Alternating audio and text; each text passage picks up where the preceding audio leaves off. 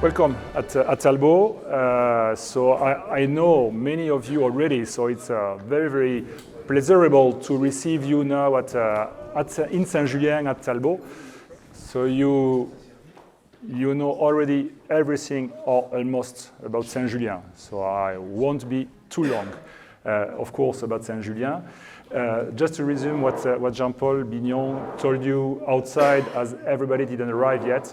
So Talbot is one of the largest classified groves on the left bank. It's 110 hectares, so that's something like 270 acres. So quite a big estate in the heart of Saint-Julien. We are fourth classified groves.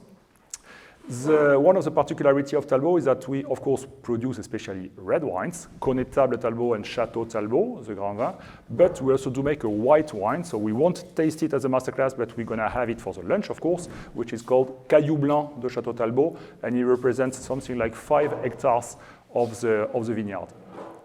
As we are in the heart of Saint-Julien, on top of one of the 3 plateaux of Saint-Julien, 66, 67 above sea level, meters above sea level, we do have one of the terrace kind of soil, so we are on the 4th terrace. Probably you have been told already about the terrace de la Garonne.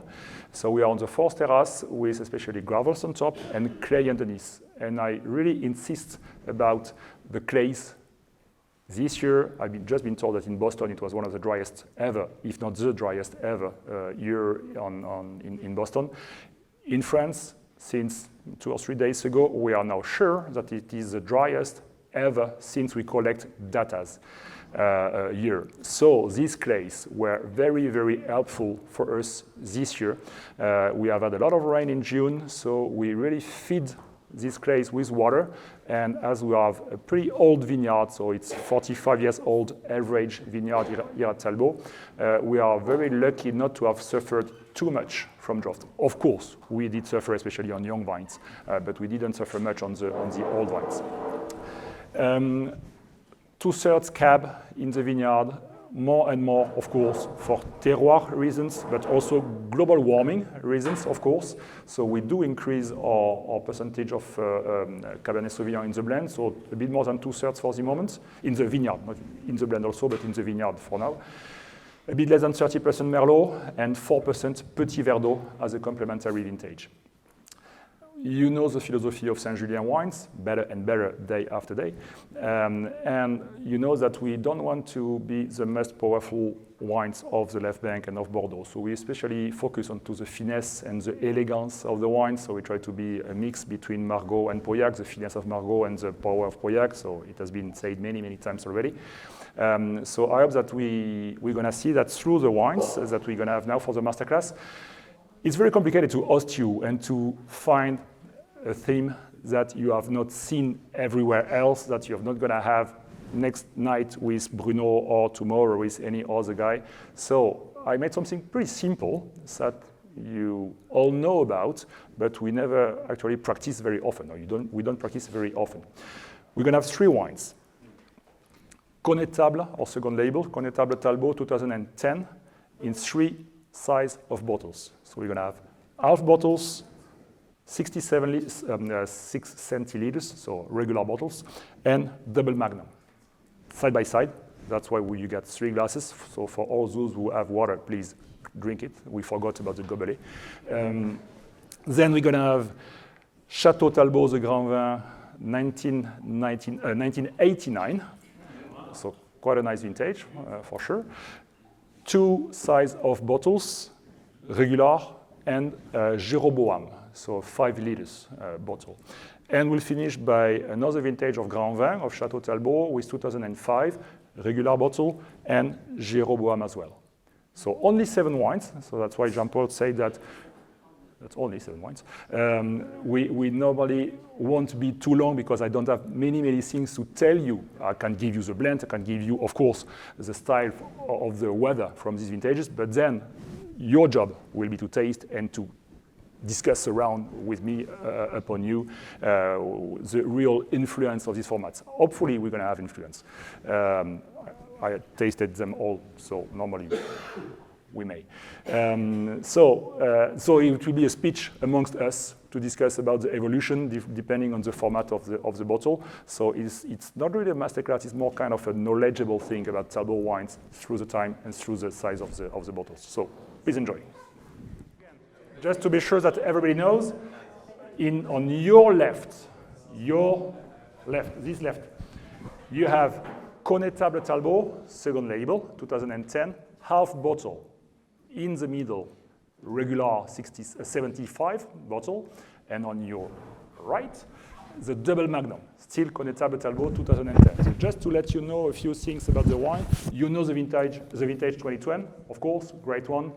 Very warm weather, but not that dry. So nice balance between the draft, some rains, and some very nice temperatures, and moreover, a very nice after season, which gave us many, many time and delay to pick just whenever we wanted. Just to give you the blend of this wine, that's 75 Cab and 25 Merlot, which is a bit unusual for Connétable. Connétable, being our second label, it's more made from the young vines and from terroirs, which are a little bit on the side of the estate, so a little bit gravelly than those making Talbot. And normally the blend is around 50-50 Merlot Cab. So this 2010 Connétable is made for longer cellaring than others because of this very high percentage of Cabernet Sauvignon in the blend, which is different than the others. So please, your turn now.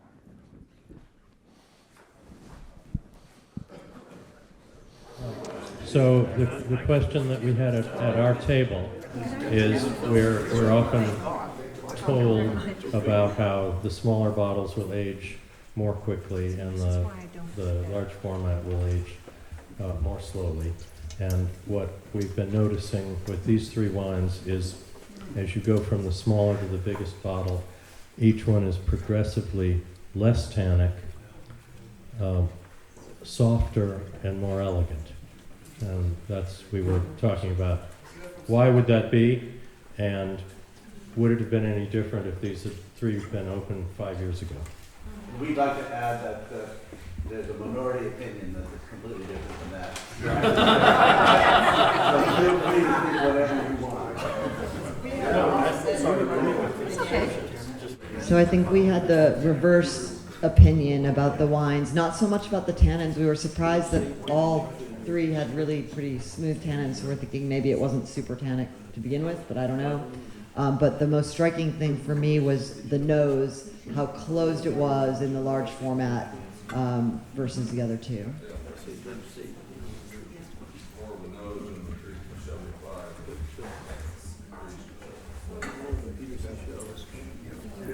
So yeah, and what I noticed was the double magnum, a lot more bright black fruit still showing up, floral notes, and then as you move to the 750 spice development, and then the really earthiness in the half bottle. So my view, then you have two ways to understand that kind of tasting. First is a very technical description, just as you made about the tannins, their evolution. Is it more powerful, less powerful, more tannic, less tannic? Okay, fine. But then there is another one that nobody talked about. Which one do you prefer? So, Double magnum. okay, it's not a poll. No, my preference goes to the 750 as well, because I think it's a perfect balance between power, opening or maturity of the bottle, and power of the flavors as well. Regarding the tannins, so technically speaking about the tannins, my opinion, and once again, it's only my opinion, it's not the truth, is that I can understand why you say that it's more powerful on the left, so on the half bottles, than on the double magnum, because what did lose the half bottle and that which didn't onto the bottle and especially the double is the roundness around the tannins. Tannins, you have many, many ways to describe them. I limit myself very often to two ways to describe them. The structure, so the backbone of the wine, quantity of tannins, and the volume, so the mid palate, the fatness, whatever you call it. So everything that comes around this backbone. So half bottles, for me, is more about the backbone now, and it misses a little bit everything that comes around. So it feels more tannic because you only get these a bit more square tannins than those from regular bottles and double magnums, which are, in my opinion, more tannic, but much more rounded. So it gives them the impression or the feeling of being smoother. But I'm not sure it is smoother or less tannic. It's just more melted within the tasting. And of course, you got more flavors, more things. Balance is a key in wine, wherever you are, Burgundy, Bordeaux, or Napa, or wherever. Balance is a key. Acidity, tannins, alcohol, eventually sugar, for those which keep some. But balance can be very high. Balance can be very low. So on these half bottles, you pull the balance down because you have less volume, less flavors, a bit less acidity probably as well because it did melt already a little bit, tartric especially. But the tannins remain the same. So it's now a bit unbalanced compared to the other, which kept more flavors, more power, more roundness, and so on. So I would say that the half bottles are a bit unbalanced compared to the other. Connétable 2010 basically is a wine that should have been drunk already. So when you taste the 65, you say, fine, it's still perfectly time to drink it. But in our philosophy of making Connétable, especially when you go to a restaurant, you don't want to age that kind of second label for 10 or 15 years. As a consumer, when you buy second labels from Bordeaux, you buy them to drink within the next 5, 10 years, and that's about it. But 10 is a very specific vintage, so of course, it aged much more better than any other. I had some Connétable 08 last week, which was still okay, but over the top, basically, much more than this one. So I had a question about the color, because I've always thought that as a wine ages, it evolves from ruby more to tawny. And I really noticed that the half bottle is still a bright ruby, but as you progress to the double magnum, you're seeing that tawniness, which would have showed more aging, but how did that happen? I can't answer. No, I don't know. Basically, you don't have much differences. But it's not very old as well. It's only 12 years old. So even if it's second label, it's only 12 years old. So it didn't have time yet to develop some orange and kind of evolution colors. So it's not that old. Then differences may come from the bottle as well, from the corks. We have only one double magnum when we had open 8 half bottles. So you may have some variations from a bottle, from a half to the other. So maybe cork. Actually, the corks were perfect on the 3 big bottles. The cork was very fine. It didn't get any humidity more than any other. So it's a very nice one. But maybe it left a little bit of oxygen entering into the bottle to mix, to evolve the color a little bit. So, but I can't tell. Okay.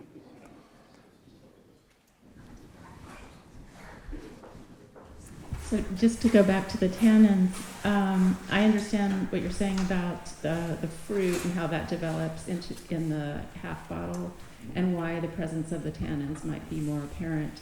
But it seemed like the quality of the tannins, the silkiness, was the same across the board. Is that particular to Talbot?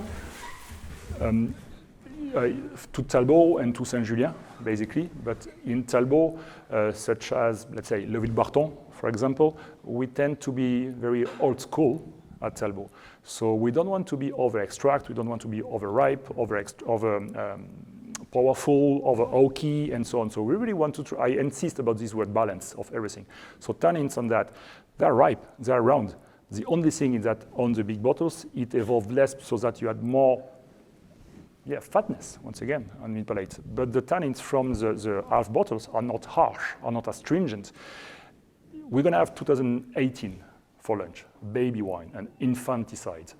But I wanted to let you know what is Talbot now, because Talbot is such an old and very well-known estate, so everybody knows about the old wine. So we're going to have 89, we're going to have 96 as well for lunch, so something a bit older.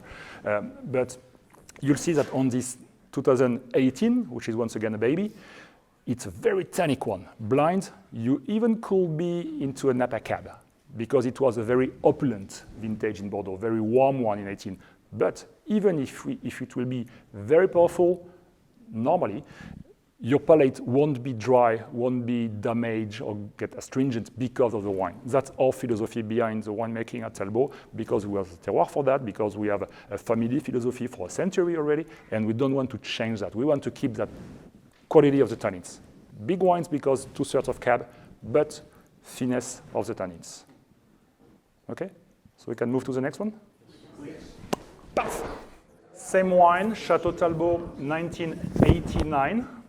On your left, regular bottles, and on your right, Jeroboam, so 5 liters. So Talbot, 89, another kind of a nice vintage in Bordeaux, indeed. So you know about it as well already. Just to let you know about the blend, 66 Cab, 26 Merlot, 5 Petit Verdot, and 3 Cap Franc. So we don't have any more Cap Franc because we took them out in 2008, but we had some, actually them. And so, yeah, go ahead. I think it calls for a little applause for just serving the 89.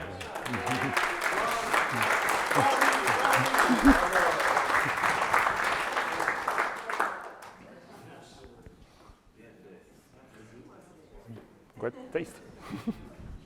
Actually, it's not much to not much to say after the first comparison, because it's basically the same kind of thing. It's overall a great wine. I'm not objective, of course, but it's a great wine, very open, but you have so much youth, so much power with a double magnum. It feels like an old wine, sure. It's 33 years old. But when the 75, once again, no decantation, as you can see, we opened them, I tasted them 2.5 hours ago, something like that. So just the time it remained open. No decantation, so that we really can taste the bottles and not the length of aeration and whatever.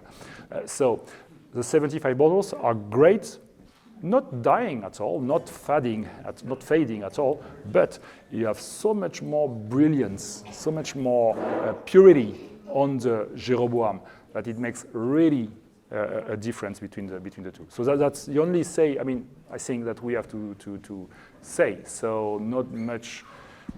I'm pretty happy actually to see that a bigger bottle is a better evolution. So it makes us all happy about what we keep in our cellars.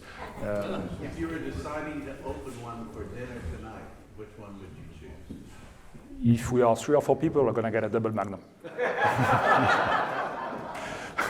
No.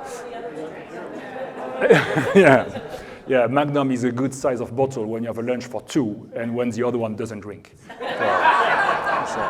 No, anyway. No, I mean, bottles. Unless you are 20 people, are gonna get bottles. Yeah. So I'm not sure about the remaining bottles, big bottles at Talbot, but Jeroboam's 89, we may have around 25 bottles. So that's not small, but that's not big. So we'll come back. We have plenty of wines. So please, we're gonna pour the last one, and so that we be able to move to the lunch. A good lesson also is when you buy your cases of wine, never forget to also buy big format. So when you see the difference of the 89 in bottle and 89 in this big size, it's amazing, really amazing. Yeah. Sorry to interrupt, as this Jeroboam of 5 is a bit corky. It wasn't 2 hours ago when I opened, and so I finished to pour anyway to everybody, because I think that apart from this cork influence, we focus about the tannins, we taste about everything else. So I know it wasn't, once again, I apologize, when I opened, with oxygen, it gives. I think that it's drinkable. It's a bit corky, not as clean as it should be, but the comparison will remain interesting. So sorry for that. Please enjoy anyway. Is corking equally common in the larger format as in the 750s? No. No. Corks are corks, so you never know. Of course, it's more complicated to get corks for the bigger bottles because you have to have whole trees where the cork has not been used for a while. So these corks are much more rare, much more expensive, and complicated to find. But usually the quality of these corks is better than the average quality of the regular corks. So it doesn't happen more than any other. The shame is that when it happens on one bottle, it's a big one. So it's even a bigger shame, but it happens not very often. We are very happy at Talbot that we don't have much feedback or bad feedback from consumers regarding corks, but it happens. And once again, which is tricky, is that when I open it, it was fine. It's just by getting some oxygen that it gets that cork's influence. Anyway, so 05, another nice vintage in Bordeaux. It's a vintage where we were very lazy. So we love to be lazy in Bordeaux. That means that the nature gave us everything.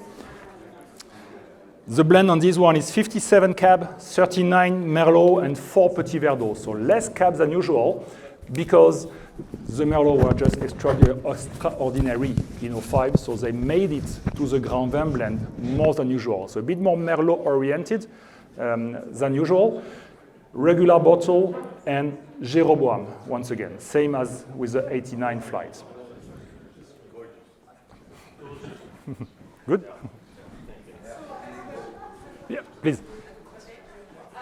On the large bottles, did you do any testing before doing this today to see which ones were tasting very well and choosing your years? I improvised.